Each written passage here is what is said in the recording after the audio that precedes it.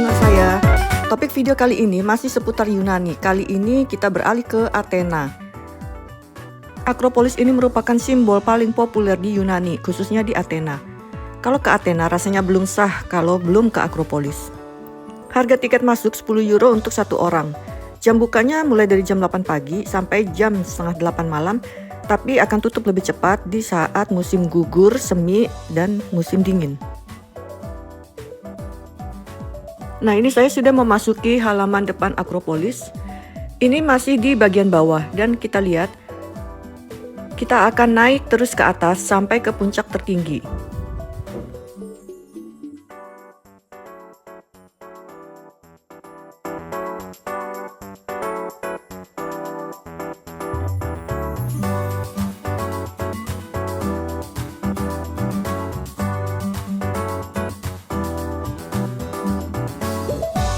Puncak tertinggi Akropolis itu terlihat dari bawah, itu bangunan yang ada pilar-pilarnya dan kita akan mencapai ke sana kalau kita masuk ke Akropolis.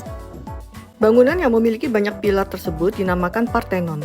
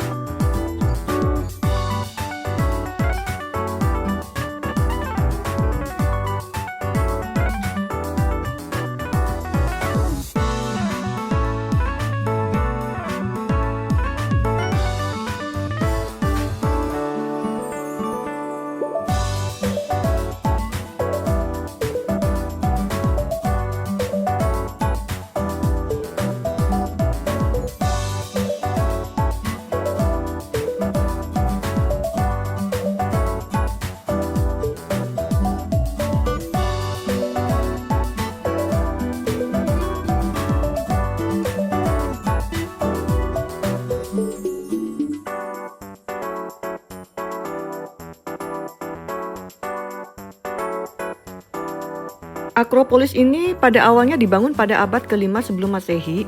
Waktu itu yang berkuasa adalah Perikles. Dia merupakan gubernur Athena.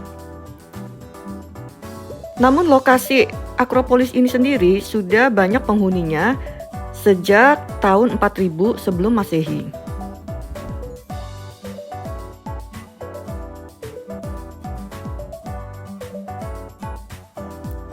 Saat ini, sejumlah bangunan Yunani kuno yang masih bertahan di Akropolis ditetapkan sebagai situs warisan dunia oleh UNESCO.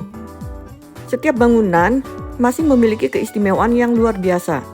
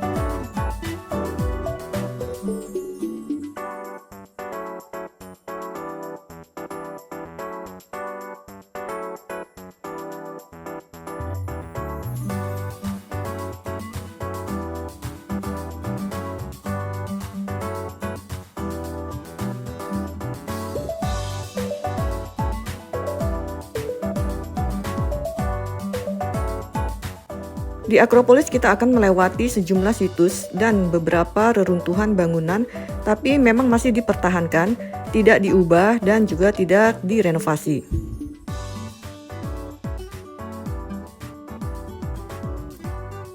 Bangunan dan monumen di Akropolis ini merupakan lambang Yunani kuno, dan seperti yang kita ketahui, bangunan-bangunan di Yunani ini banyak memiliki pengaruh pada arsitektur dari masa neoklasik di Eropa.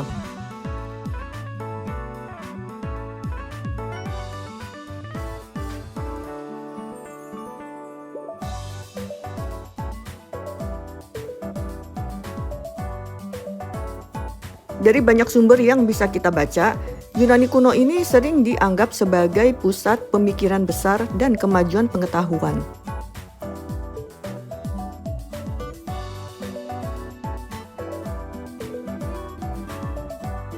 Tempat ini diberi nama Akropolis, berasal dari kata Kekropia. Nama ini mengacu pada Kekrops, yang merupakan raja pertama Athena yang sangat legendaris. Kekrop memang dikenal sebagai raja yang luar biasa. Dia bukan raja biasa karena dipercaya memiliki kepala dan tubuh manusia, namun bagian bawah tubuhnya seperti ular. Kekrops ini dianggap sebagai pahlawan tradisi karena ia dinilai telah banyak memperjuangkan elemen budaya-budaya Yunani kuno. Kata Akropolis itu sendiri dapat diterjemahkan menjadi kota di langit atau kota di udara. Dan itu adalah istilah yang digunakan untuk kota yang dibangun di atas bukit yang tinggi.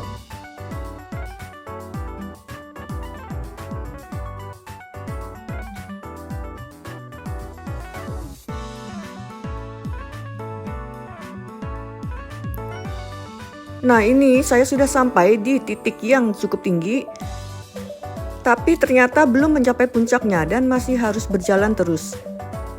Untungnya ada arah panah yang mengantar kita ke puncak dan tak perlu takut tersesat.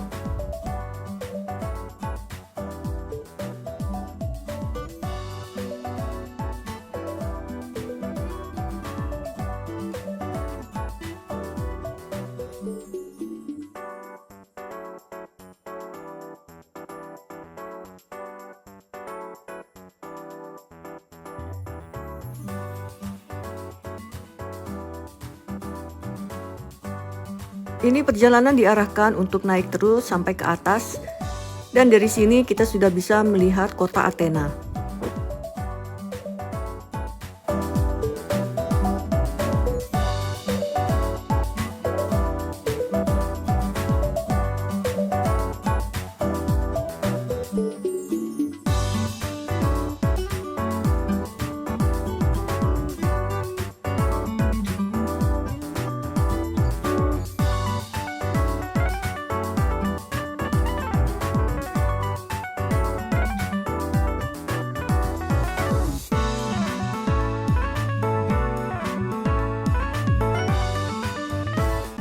Pengunjung diarahkan terus untuk naik ke atas.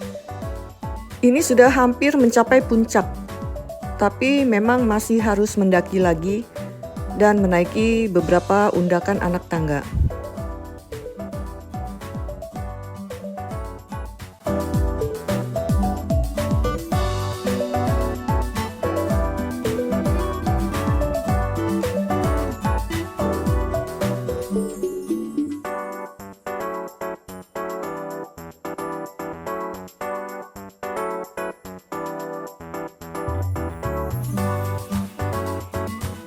Ini bangunan Parthenon yang tadi saya lihat dari bawah dan sudah mulai kelihatan.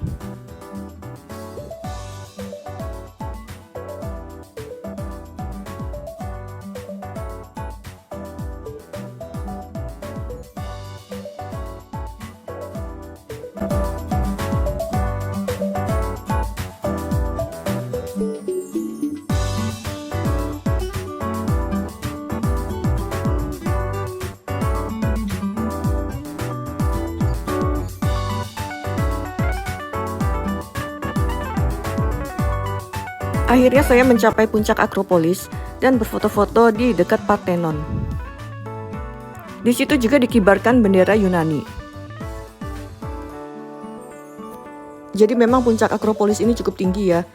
Untuk ke Akropolis ini kita memang perlu perhatikan cuaca karena kalau hujan rasanya tidak mungkin untuk naik ke Akropolis. Selain itu juga butuh stamina. Alas kaki juga sebaiknya dipakai yang tidak terlalu licin karena di situ banyak pasir. Tadi waktu di bawah, ransel saya sempat dipegang oleh ibu-ibu yang katanya terpleset. Tapi saya kurang percaya. Mungkin dia mau mengambil dompet saya dan mau membuka ransel saya, tapi saya keburu nengok. Tapi entahlah. Mungkin benar, mungkin tidak dugaan saya. Tapi yang jelas, hati-hati di Athena atau di Akropolis. Kalau pakai ransel harus selalu waspada dengan yang ada di belakang kita. Kalau perlu, tas ransel digembok saja supaya tidak mudah dibuka.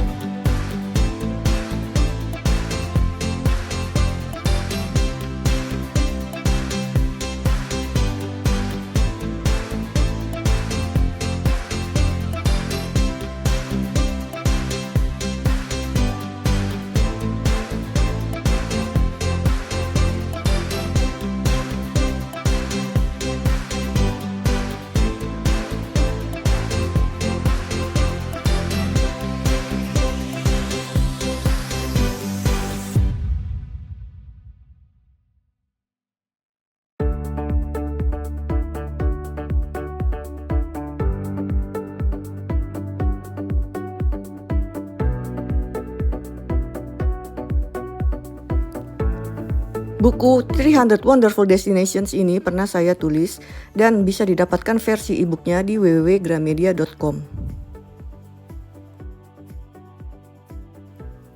Buku lainnya adalah buku Traveling ke Eropa Pasca Pandemi. Buku ini bisa didapatkan di Shopee atau Tokopedia.